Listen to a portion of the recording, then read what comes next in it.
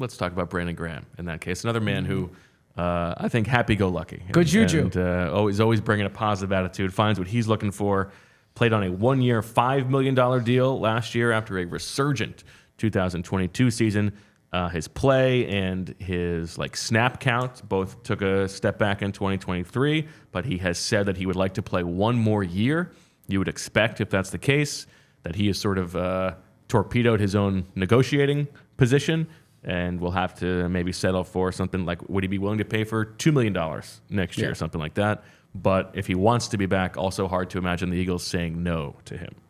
Yeah, that's a good way of putting it, because it would really be.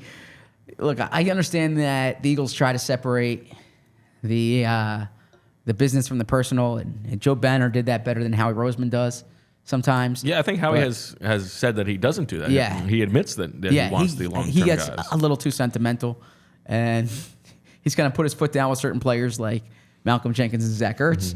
Not so much with Jason Peters and some other guys. But I would say in Brandon Graham's case, Brandon knows what his role is at this point in his career. I think he's coming back for the reason that he said, hey, he loves being part of a team. He loves being part of the Eagles, but also it's like a farewell tour. He's always wanted 15 years, right? That's a number that he's had in his mind. And maybe this is one of these things that he's not there during camp and that it's a week 2 ad. And maybe it's the type of thing where even it's middle of the season, almost Ndamukong Suh-ish. But I do think Brandon Graham will be playing for the Eagles next year.